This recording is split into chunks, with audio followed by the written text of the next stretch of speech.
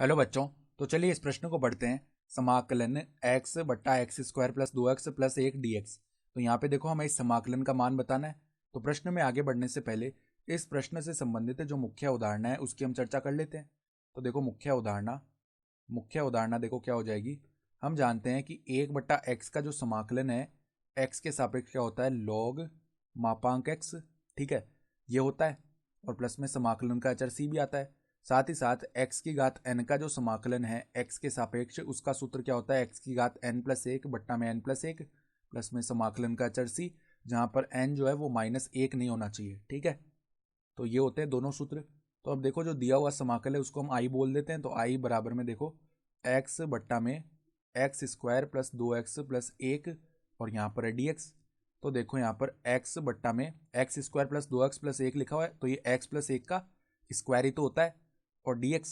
ठीक है, तो अब ये जो देखो अंदर फलन लिखा हुआ है x बट्टा एक्स प्लस 1 का स्क्वायर, इसको हम आंशिक भिन्नों में तोड़ते हैं। तो आंशिक भिन्नों में कैसे तोड़ सकते हैं, a बट्टा एक्स प्लस 1 प्लस में b बट्टा एक्स प्लस 1 का स्क्वायर।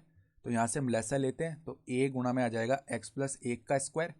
ठीक है, प्लस में b गुणा में देखो एक्स प्लस 1 का स्क्वायर नहीं आएगा, यहाँ पर पहले हम लसा लेंगे नीचे, तो एक्स प्लस 1 का स्क्वायर आएगा। एक्स प्लस 1 से एक्स प्लस 1 गया, तो यहाँ पर क्या आ जाएगा, ऊपर a गुणा में एक्स प्लस 1 आएगा और b गुणा में क्या आ जाएगा, एक्स प्लस 1 के स्क्वायर से एक्स प्लस 1 का स्क्वायर चला जाएगा, तो केवल b आ जाएगा ऊपर। ठीक है, और यहाँ पर x बट्टा एक्स प्लस 1 का स्क्वायर है, तो दोनों ओर से देखो हर आपस में हो गए विभाजित। तो x बराबर में क्या हो जाएगा, a गुणा एक्स प्लस 1 प्लस में b।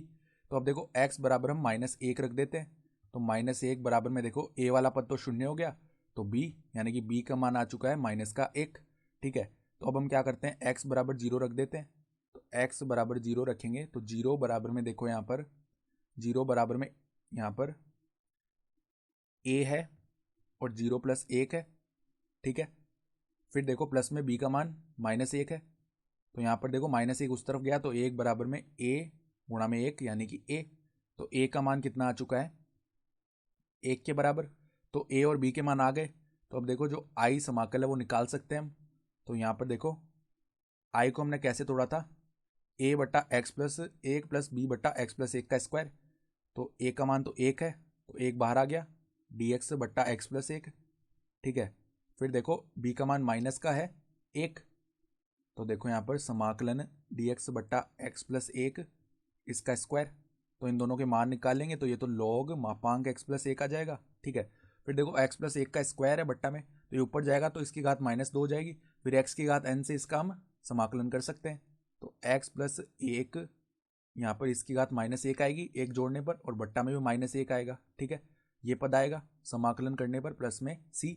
तो अब देखो इसको हम वापस से लिखते हैं, तो log मापांक x प्लस 1, फिर देखो माइनस माइनस प्लस बन जाएगा, और यहाँ पर 1 बट्टा एक्स प्लस 1 प्लस में समाकलन का अचर c। ठीक है, तो ये हमारा क्या आ जाएगा, उत्तर आ जाएगा।